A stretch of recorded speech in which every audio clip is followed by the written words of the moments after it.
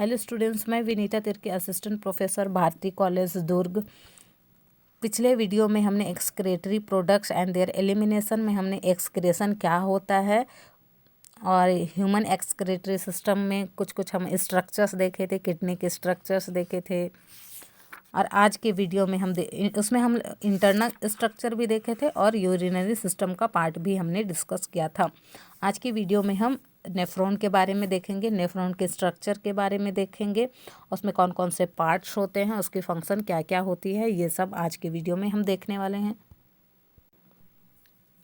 तो ये है नेफ्रॉन का स्ट्रक्चर। नेफ्रॉन में मेनली हम क्या क्या पार्ट्स देखने वाले हैं वो पहले बता देती हूँ, उनकी लेबलिंग बताती हूँ। ठीक है, आप लोगों को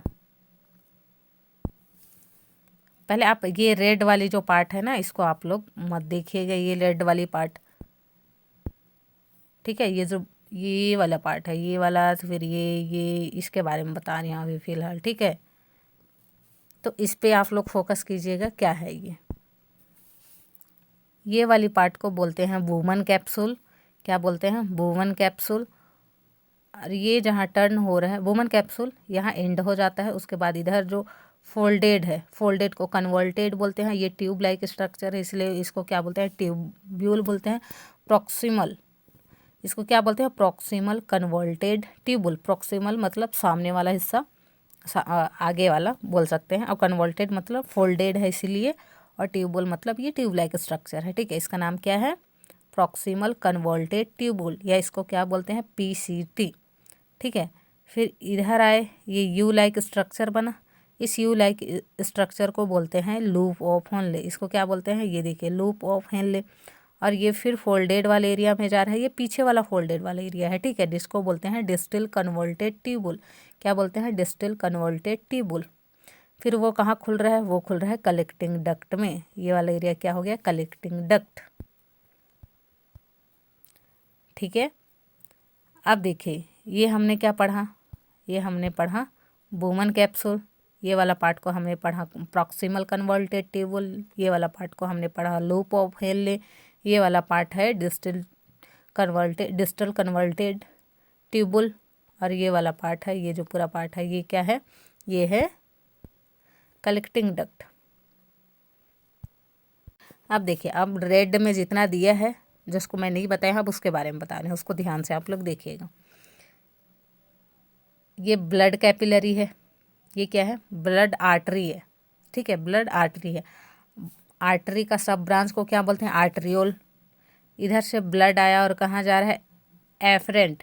एफरेंट आर्टरी से ब्लड कहाँ जा रहा है? इफरेंट आर्टरियोल की ओर, जो कि यहाँ थोड़ा सा नैरो स्ट्रक्चर दिख रहा है। इसको मिटाती हूँ, आप लोगों को अच्छे से दिखेगा। देखो, वहाँ ये थोड़ा सा चौड़ा दिख रहा है, वो थोड़ा सा नैरो दिख रहा है। ठीक है, फिर वो कहाँ जा रहा है? यहाँ से एब्जॉर्प्शन मैं बाद में बताऊंगी, पहले आप लोग ये देख लिए, फिर फिल्ट्रेशन के बारे में देखेंगे। ठीक है, फिर वो कहाँ जा रहा है? पूरे सब साइड सब साइड मिल रहा है। ठीक है ना, ये सब साइड है, क्योंकि सब साइड जितना भी वेस्ट प्रोडक्ट है वो किधर हो जाएंगे? वो सब नेफ्रॉन में आ जाएंगे, और वहाँ से जितने भी अच्छे चीज़ हैं वो किस में चले जाएंगे? ब्लड में चले जाएंगे, मतलब रीअब्जॉर्प्शन हो जाएगा। ठीक है, ये पूरे इसके क्या है? पेरीफेरी पाया जा रहा है, तो इसको क्या बोलेंगे? पेरीट्यूबुलर कैपिलरीज बोल सकते हैं ना, पेरीट्यूबुलर कैपिलरीज। ठीक है, अब देखें नेफ्रॉन के स्ट्रक्चर में, और हम मेनली दो पार्ट्स के बारे में डिस्कस करेंगे। एक होगा रीनल कार्पस्कल और होता है रीनल ट्यूबुल। अब रीनल कार्पस्कल क्या होता है? रीनल कार्पस्कल में हमने क्या क्या देखा? ये क्या है? वुमन कैप्सूल था ना, ये है वुमन कैप्सूल। और ये कैपिलरी नेटवर्क। वुमन कैप्सूल और कैपिलरी नेटवर्क को हम क्या बोलते हैं? उसको हम बोलते हैं रीनल कार्पस्कल, या उसको हम इन दोनों कंपोनेंट को रीनल कार्पस्कल में पढ़ने वाले हैं। मीन्स ये वुमन कैप्सूल, ये हो गया वुमन कैप्सूल, और कैपिलरी नेटवर्क क्या है? ग्लोमेरुलस, ये रेड वाली पार्ट। उन दोनों को हम किस में पढ़ने वाले हैं? Renal corpuscle. इन दोनों को एक्चुअल में मिला के हम बोलते हैं रीनल कार्पस्कल। दूसरा हम पढ़ने वाले हैं रीनल ट्यूब्यूल। रीनल ट्यूबुल में एक पार्ट है प्रॉक्सिमल कन्वर्टेड ट्यूबुल, एक पार्ट है लूप ऑफ हेनले जो कि नेफ्रॉन का लूप है ये, ठीक है, जो कि यू शेप में दिखाई दे रहा है। तीसरा हम पढ़ेंगे डिस्टल कन्वर्टेड ट्यूबुल, मतलब 3 ट्यूबुल के बारे में पढ़ने वाले हैं। तो पहला हम देखने वाले हैं रीनल कार्पस्कल।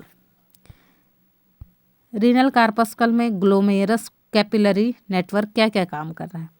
यहाँ से क्या आता है, ब्लड आता है, यहाँ जितना भी वेस्ट प्रोडक्ट क्या रहता है इधर छन जाता है, और अच्छा वाला प्रोडक्ट कहाँ, अच्छा वाला जो मटेरियल होता है, जो भी सब्सटेंस होता है वो कहाँ जाते हैं, ब्लड में डाले जाते हैं।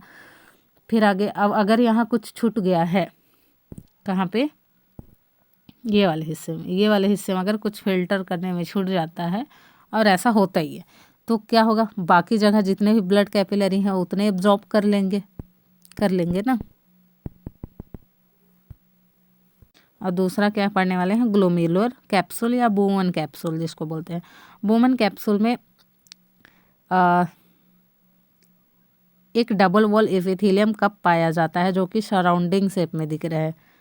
ये वाली पार्ट दूसरे कलर से करती हूँ ताकि आप लोगों को क्लियर दिखे। ये कप लाइक स्ट्रक्चर दिख रहा है, ये डबल वॉल भी दिख रहा है, ठीक है, ये इधर से आया फिर सामने साइड से, मतलब double wall epithelial cup like structure दिख रहा है। अब देखिए यहाँ से ब्लड क्या हुआ, फिल्टर हुआ, जो भी वेस्ट प्रोडक्ट है किसको दे दिया, वुमन कैप्सूल को दे दिया।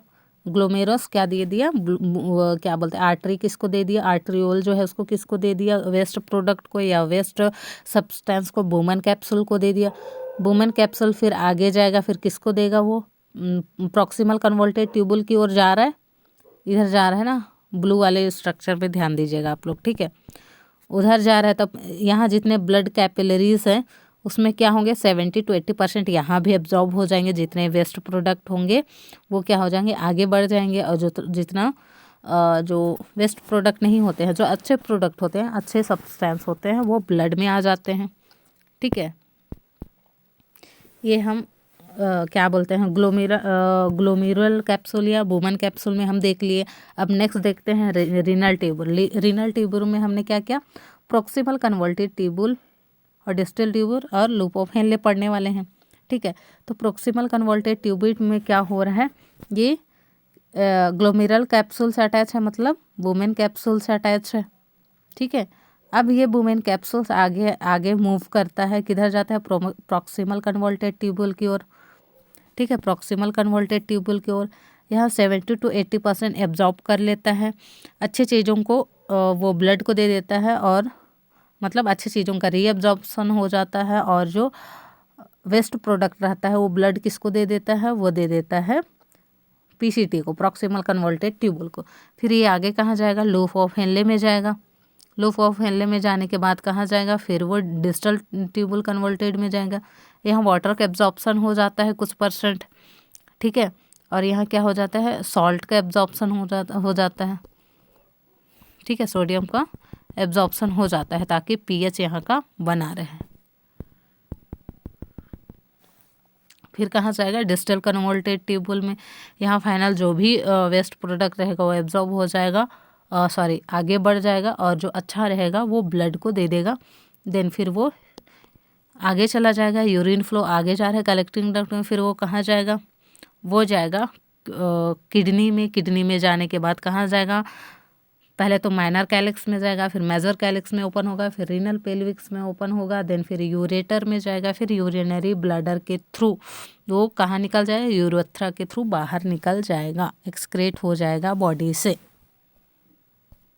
मीन्स इसका मेन फंक्शन क्या क्या हो सकता है, और ये किडनी जो है काफ़ी सारा रोल्स प्ले करता है। ये रेगुलेट करता है ब्लड वॉल्यूम एंड कंपोजिशन को, ठीक है, help to regulate blood pressure को भी हेल्प करता है, रेगुलेट करता है, ठीक है, पीएच को भी रेगुलेट कर रहा है, पीएच को रेगुलेट कर रहा है। यहाँ जैसे क्या बोलते हैं, H2O निकल गया, वाटर निकल गया, तो ज़्यादा संख्या में कौन सा हो गया, सॉल्यूट ज़्यादा संख्या में हो गया, मतलब ऑस्मोलैरिटीज़ की संख्या ज़्यादा हो गई, क्वांटिटी ज़्यादा हो गई। तो अब आगे चल के क्या हो जाता है, यहाँ सोडियम को निकाल लेते हैं। सोडियम क्या है, सॉल्यूट है। अब यहाँ ऑस्मोलैरिटीज़ की कमी है, अब क्या होगा, पीएच मेंटेन रहेगा, ठीक है। ऑस्मोलैरिटीज़ क्या रहेगी, मेंटेन रहेगी, मतलब पीएच भी मेंटेन करने का काम करता है। ये ग्लूकोज लेवल को भी रेगुलेट करने का काम करता है, ठीक है। एक्सक्रेटरी सिस्टम में काफ़ी सारा फंक्शन होता है और ये 2 हार्मोन्स प्रोड्यूस करता है जिसका नाम है कैल्सिट्रियोल एंड एरिथ्रोपोइटिन, ठीक है। और ये जो वेस्ट प्रोडक्ट रहते हैं, वेस्ट सब्सटेंस रहते हैं, उसको एक्सक्रेट कर देते हैं, ठीक है। ये किडनी का मेन फंक्शन था। और यूरेथ्रा ट्रांसपोर्ट के लिए हेल्प करता है, यूरिन को यूरिनरी ब्लैडर से भेजता है, यूरेटर्स की बात कर रही हूँ, ठीक है।